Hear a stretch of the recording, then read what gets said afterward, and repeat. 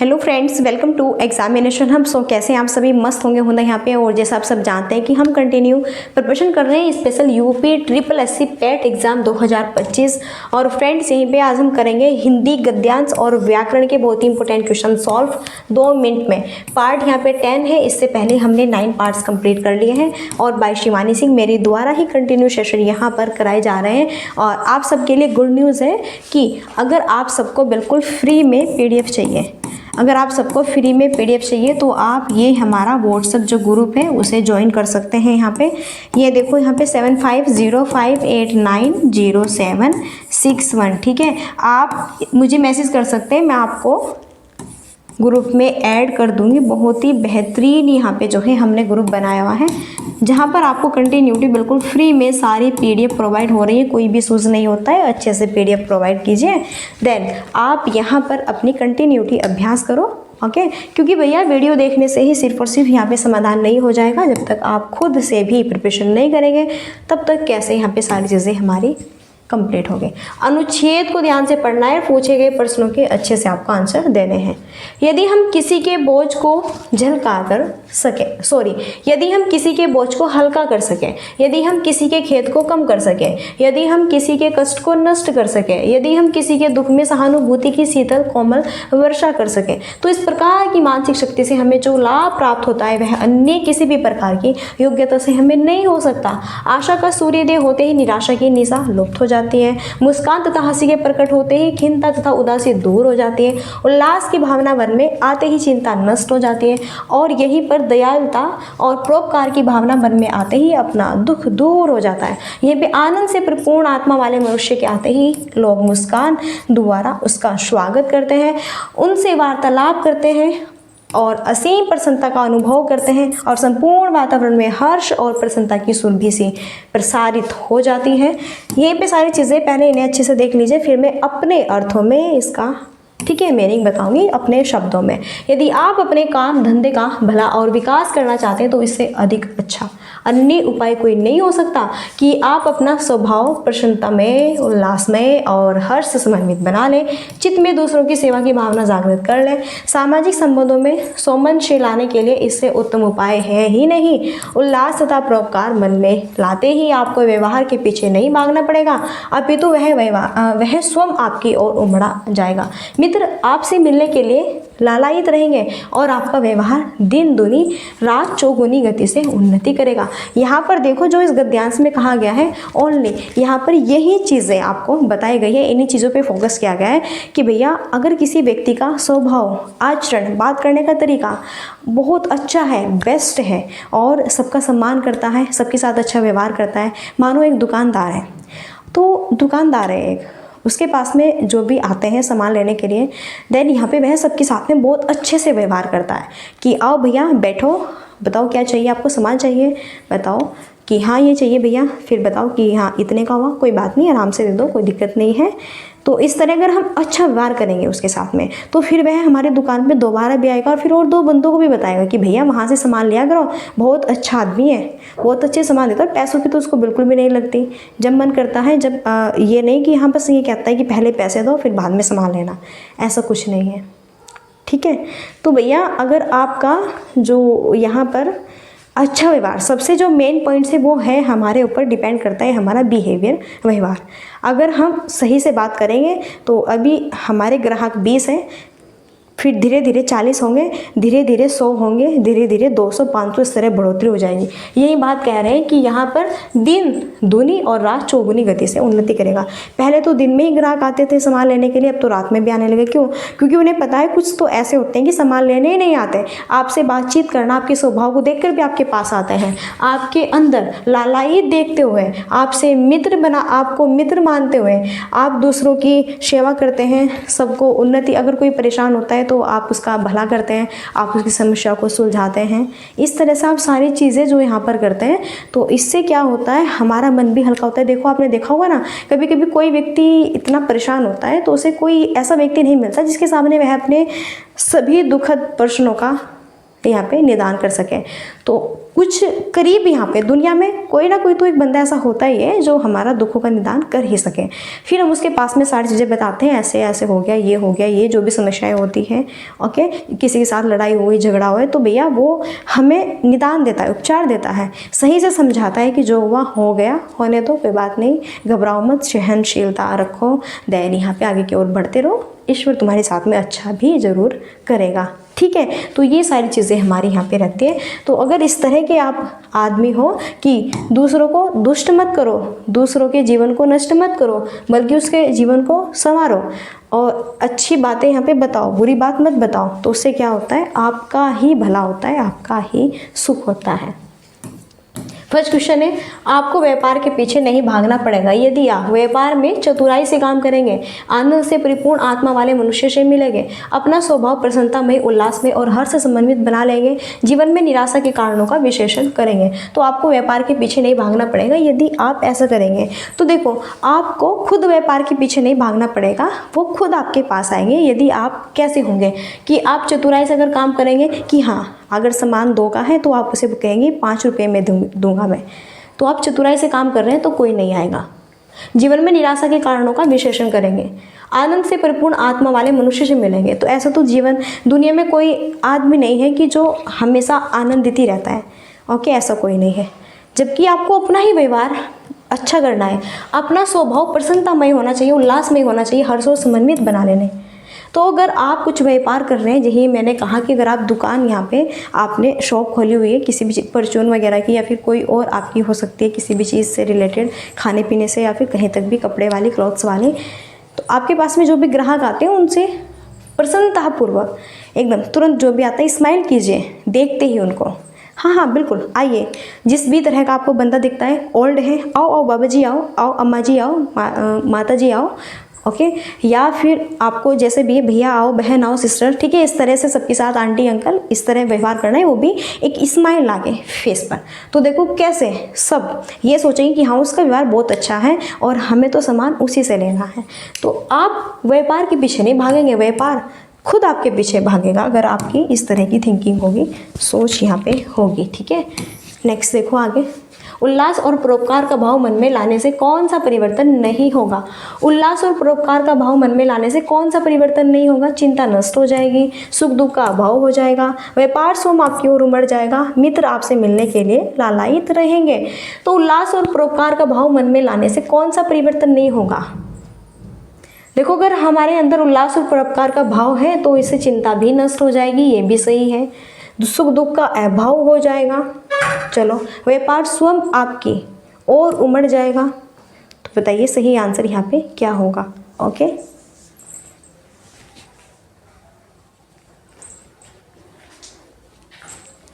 चलिए 1 मिनट, सारी चीज़ें यहाँ पे देखो। क्वेश्चन बहुत अच्छे से घुमा फिरा के पूछा है, और यूपी ट्रिपल एससी असिस्टेंट, ठीक है, यहाँ पे इसमें ये आया हुआ क्वेश्चन है, उल्लास और परोपकार का भाव मन में लाने से कौन सा परिवर्तन नहीं होगा। तो भैया अगर हमारे अंदर अच्छी क्वालिटी है तो हम दूसरों की चिंता भी नष्ट कर सकते हैं, व्यापार स्वयं हमारी ओर दौड़ के आएगा। अगर हमारे अंदर उल्लास और परोपकार का भाव है, ये भी नहीं होगा, मित्र आपसे मिलने के लिए खुद लालायित रहेगा, लेकिन सुख दुख का अभाव हो जाएगा। देखो आप बताइए, अगर कोई आपके साथ में अच्छे से प्यार से बात करता है, बढ़िया अच्छा व्यवहार है, तो फिर उसमें सुख दुख का अभाव क्यों रहेगा, बल्कि आप तो उसे हैप्पी एकदम प्रसन्नचित कर देंगे। आप तो उस बंदे को भी जिससे भी मिलेंगे उसे खुश कर देंगे, प्रसन्न कर देंगे, एकदम हैप्पी मस्त। ठीक है, नेक्स्ट देखो स्क्रीन पर 3rd क्वेश्चन है, और ये हमारा मस्त है, आपका व्यवसाय दिन दूनी रात चौगुनी उन्नति करेगा। दिन दूनी रात चौगुनी उन्नति मुहावरे का कौन सा सही अर्थ है। दिन ईद और रात सब्बे रात होना, दिन फिर जाना, दिन भारी हो जाना, अच्छी तरक्की होना। तो ये यहाँ पे सबसे बेस्ट ऑप्शन क्या होगा, आपका व्यवसाय दिन दूनी रात चौगुनी उन्नति करेगा। तो यहाँ पे इसका सही आंसर क्या होगा इस मुहावरे का। तो देखो यहाँ पर इसका सबसे जो बेस्ट ऑप्शन होगा वो होगा अच्छी तरक्की करना। वही मैंने कहा ना, एक दुकानदार है, ओके, मैंने कहा एक दुकानदार है जो कि अगर उसका अच्छा व्यवहार है सभी ग्राहकों के साथ में, तो उसके पास में अभी 20 आते हैं, फिर 40 आएगा, फिर 60 आएगा, फिर ऐसे धीरे धीरे 100, 200, 300, ठीक है, 500 इतने बंदे उसके पास में आएंगे सामान लेने के लिए। और फिर दिन में तो लेते ही थे, फिर रात को भी 12-12 बजे तक यहाँ पे सामान लेने आ रहे हैं कि भैया वो दो, ये दो, ये दो, ठीक है, कि हाँ भाई उसका व्यवहार बहुत अच्छा है, आप वहाँ से बेझिझक सामान ले सकते हैं। नेक्स्ट, आनंद से परिपूर्ण आत्मा वाले मनुष्य के संपर्क में कौन सा प्रभाव पड़ता है? लोग मुस्कान द्वारा उसका स्वागत करते हैं, कुछ लोग निराशा के कूप में डूब जाते हैं, वार्तालाप करते हुए लोग असीम विकलता का अनुभव करते हैं, संपूर्ण वातावरण में निराशा और अवसन्नता की प्रसारित हो जाती है। तो आनंद से परिपूर्ण आत्मा वाले मनुष्य के संपर्क में कौन सा प्रभाव पड़ता है? जो आनंद से परिपूर्ण होता है, जिसकी आत्मा बहुत अच्छी होती है, एकदम मस्त, ठीक है, और सबका भला चाहता है, किसी के बारे में बुरा नहीं सोचता, नहीं किसी को बुरा कहता है, तो इस तरह आत्मा वाले मनुष्य के संपर्क में कौन सा प्रभाव पड़ता है? अगर आप इस तरह के बंदे के साथ में रहते हैं तो आपके अंदर भी क्या, किस चीज़ की ललक हो जाएगी? तो यहाँ पे संपूर्ण वातावरण में निराशा और अवशांता, ये नहीं कि आप उसे अपर्सन नहीं कर रहे हैं, यानी गलत राह दे रहे हैं। कुछ लोग निराशा के कूप में डूब जाएंगे, लोग मुस्कान द्वारा उसका स्वागत करेंगे, नोबल की वार्तालाप करते हुए लोग असीम विकलता का अनुभव करते हैं। अगर कोई अच्छा व्यक्ति होता है, एकदम बढ़िया, कोई बात का किसी भी चीज़ का घमंड नहीं है उसके पास में, देन सारी चीज़ें क्लियरिटी है उसकी एकदम, ठीक है, कोई भी किसी से ये नहीं कि उससे निराश है, ये है वो है, नहीं, सही है, बिल्कुल अपने जीवन में एकदम दुखद चीज़ों से दूर है, इस दुनियादारी की दृष्टि से दूर है, अपने आप में एकदम मस्त है, ठीक है। तो अगर आप उसके साथ में बातचीत करते हैं, वार्तालाप करेंगे, तो आपका भी एक बेहतरीन अनुभव क्रिएट आपको होगा, एक अच्छा यहाँ पे। नेक्स्ट, सो भैया यहाँ पे 4 ही क्वेश्चन थे हमारे गद्यांश से रिलेटेड, ओके। अब यहाँ पे हम 5 से 15 तक के व्याकरण के क्वेश्चन सॉल्व करेंगे। चलो, अब स्क्रीन पर कुछ हमारे व्याकरण के क्वेश्चन है। यहाँ पर देखो, किस कर्म में सही संधि विच्छेद नहीं हुआ है, ये बताना है। तो जो कौन सा यहाँ पे सही संधि विच्छेद नहीं है, ये बताना है। अभि प्लस सेक, तो क्या बनेगा? अभिषेक। राम प्लस अयन, क्या बनेगा? रामायण। सम प्लस तोष, क्या बनेगा? संतोष। बिल्कुल सही बात है। लेकिन किम प्लस वा, ये किम में ऊपर ये जो बिंदी दी हुई है, ये गलत है यहाँ पे, ठीक है, जो अनुस्वार लगा हुआ है। तो यहाँ पर देखो आपका ये होगा ऐसे, 1 मिनट देखो, यहाँ पर है कीवा, तो कीवा का संधि विच्छेद क्या होगा? यहाँ पे ये जो यहाँ पर ये है ना, ये ठीक है, ये मैं में कन्वर्ट हो जाएगी, तो किम प्लस वा, ये होगा इसका सिंपल, ओके, नहीं हलंत होगा, नहीं ये बिंदी होगी यहाँ पे, तो इस वजह से ये हमारा गलत है। तो वही सही संधि विच्छेद किसका नहीं है? ऑप्शन ए का नहीं है। सो यहाँ पे फर्स्ट ऑप्शन हमारा क्या है? रॉन्ग हो जाएगा। क्लियर है? कोई डाउट्स होना नहीं चाहिए। नेक्स्ट, रत्नाकार में कौन सी संधि है, ये बताना है। रत्नाकार में कौन सी संधि है, ये बताना है। व्यंजन है, गुण है, दीर्घ है, अयादि है। रत्नाकार, यहाँ पर देखो, रत्नाकार संधि की बात करें, हिंदी में संधि 3 होती है। दीर्घ संधि, सॉरी, हिंदी में संधि 3 होती है, सबर संधि, व्यंजन संधि एंड यहाँ पे विसर्ग संधि। यहाँ पर बात की जा रही है रत्नाकार में कौन सी संधि है। तो रत्नाकार देखो, इसको क्या होगा? रतन प्लस आकार, ये हो जाएगा रतन प्लस आकार। बात करें यहाँ पे, तो न में क्या है? ए है, इधर यहाँ पे क्या है? आ है। आप सबको पता है जब सेम स्वर होते हैं तो अपने ही बड़े स्वर में चेंज होता है। ए आ मिलके क्या बनेगा? आ बनेगा। तो यहाँ पर जब ये भी सेम स्वर है, ये भी सेम स्वर है, तो जहाँ पे सेम स्वर होते हैं वहाँ पर दीर्घ संधि होती है। कौन सी संधि होती है? दीर्घ संधि होती है। और वैसे भी मैंने इसकी ट्रिक बताई हुई है, जहाँ पे बड़ा आ, बड़ी ई, बड़ा ओ, बड़ा री होता है, वहाँ पे दीर्घ संधि होती है। यहाँ से भी देख सकते हैं, रत्नाकार ना, रत्ना आ निकल रहा है तो बड़ा दीर्घ, तो यहाँ पर दीर्घ संधि हो जाएगी। इस तरह भी हम यहाँ पर देख सकते हैं दीर्घ संधि। ठीक है, क्लियर है? चलो आगे बढ़ते हैं। नेक्स्ट स्क्रीन पर देखो,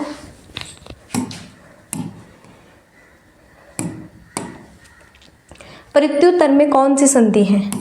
तो भैया यहाँ पर है प्रत्युत्तर में कौन सी संधि है, यहाँ पर है देखो, प्रत्युत्तर में कौन सी संधि है? तो प्रत्युत्तर में संधि है प्रति। कौन सी संधि है? प्रति। और सॉरी ये मैंने उपसर्ग बता दिया। तो यहाँ पे देखो आपका प्रत्युत्तर में, तो भैया प्रति प्लस उत्तर हो जाएगा। ओके, तो यहाँ पर है आपकी कौन सी संधि है यहाँ पर? ओ नो, प्रत्युत्तर। ठीक है, इसमें एक ऑप्शन, सॉरी यहाँ पे गुण है तो यहाँ पे वृद्धि रखो और यहाँ पे रखो यण संधि। तो यहाँ पर होगा यण संधि। क्यों होगा? मैंने इसकी ट्रिक बताई हुई है कि अगर यह और वह और रै से पहले अगर कोई भी आदर्श शब्द होता है तो वहाँ पे यण संधि होती है। तो यहाँ पे देखो, यह से पहले आदर्श शब्द है ओके, तो इसमें क्या है, प्रत्युत्तर में प्रति प्लस उत्तर होगा तो प्रति प्लस उत्तर ई और ऊ मिलके क्या हो जाएगा आपका यहाँ पे ये हो जाएगा। इस वजह से आपका यहाँ पर क्या है, ये आपका यण संधि है। टाइपिंग थोड़ा मिस्टेक थी, ओके, उसमें यण आप लगा लेना, सेम ही यहाँ पे जो है लिखा हुआ था। गुण संधि का एग्जाम्पल है महेश्वरी, पावक, अभ्युदय या फिर मतेक्य। तो भैया गुण संधि का एग्जाम्पल है, तो गुण संधि का एग्जाम्पल देखो, पावक, पावक में कौन सी संधि है, पावक, पावक में अयाधि संधि है, अयाधि संधि है, ओके। चलो फिर यहाँ पे है मतेक्य, अभ्युदय। तो गुण संधि का एग्जाम्पल है महेश्वरी। गुण की एक क्वालिटी होती है, इसमें एक मात्रा होती है, एक, ठीक है। यहाँ पे है महेश्वरी, यहाँ पर है महेश्वरी, तो क्या हो जाएगा, महा प्लस ऋषि हो जाएगा, महा प्लस क्या हो जाएगा भैया, ऋषि हो जाएगा, महा प्लस क्या हो जाएगा, ऋषि हो जाएगा, ओके। देन फर्स्ट ऑप्शन यहाँ पे हमारा करेक्ट होगा, ओके। चलो 9 क्वेश्चन, किस शब्द में इंदा प्रत्यय नहीं है, किस शब्द में इंदा प्रत्यय, देखो परिंदा, परिंदा में, परिंदा यहाँ पर देखो परिंदा, ठीक है। तो परिंदा में पर प्लस इंदा है, शर्मिंदा, तो यहाँ पर देखो आपका शर्मिंदा में इंदा है, बाशिंदा में इंदा है, लेकिन गोविंदा, गोविंदा में इंदा प्रत्यय नहीं है, गोविंदा शब्द में इंदा प्रत्यय नहीं है, ओके। नेक्स्ट है निम्नलिखित शब्दों में प्रत्यय अनुपयोगी शब्द है, प्रत्यय सेंधव, यादव, कितान और दैत्य। तो यहाँ पर है प्रत्यय अनुपयोगी शब्द है जिसमें कोई प्रत्यय नहीं यूज हो सकता, वो है आपका कितान। दैत्य में भी होगा, यादव में भी होगा, सेंधव में भी होगा, लेकिन लेकिन लेकिन लेकिन भैया कितान में नहीं होगा, ओके। आगे स्क्रीन पर नेक्स्ट क्वेश्चन है, किस शब्द में इन प्रत्यय नहीं है, वो कौन सा शब्द है जिसमें इन प्रत्यय नहीं है, विलीन है, रंगीन है, शौकीन है, क्यूरी है, क्यूरी। तो किसमें इन प्रत्यय नहीं है, देखो विलीन, रंगीन, शौकीन, ठीक है। वैसे अगर हम बात करें क्वेश्चंस के थ्रू तो क्यूरी होना चाहिए जिसमें इन प्रत्यय नहीं है ना, लेकिन क्यूरीन भी बन सकता है, क्यूरीन, तो क्यूरी इन प्रत्यय निकलेगा। यहाँ पे बात करें इन प्रत्यय नहीं है, विलीन, ओके, विलीनता, तो यहाँ पे आपका ये इन प्रत्यय ये वाला है, बड़ी ई वाला, नहीं कि आपका इन प्रत्यय है, इस वजह से यहाँ पे फर्स्ट ऑप्शन हमारा राइट होगा, ओके। चलो आगे बढ़ते हैं, स्क्रीन पर 12 क्वेश्चन है, किस शब्द में गार प्रत्यय है, किस शब्द में गार प्रत्यय है, देखो ऑडिटोरियम है, कारगार, स्नानघर, मेमोरियल। तो सिंपल सा दिख रहा है, ऑडिटोरियम में नो होगा, स्नानघर में स्नान और घर होगा, मेमोरियल में नहीं होगा यहाँ पे, ठीक है। क्या होगा, कारगार, तो कारगार, तो यहाँ पर देखो कारगार, तो यहाँ पर जो ये गार है इसमें ही क्या है, ये आपका गार प्रत्यय है, ये क्या है, गार प्रत्यय है, ओके। नेक्स्ट 13 क्वेश्चन है, अनु उपसर्ग का एग्जाम्पल है, अनु उपसर्ग का एग्जाम्पल कौन सा है, अनुदित है, अनुदार है, अनुपयुक्त है, अनुपयुक्त है।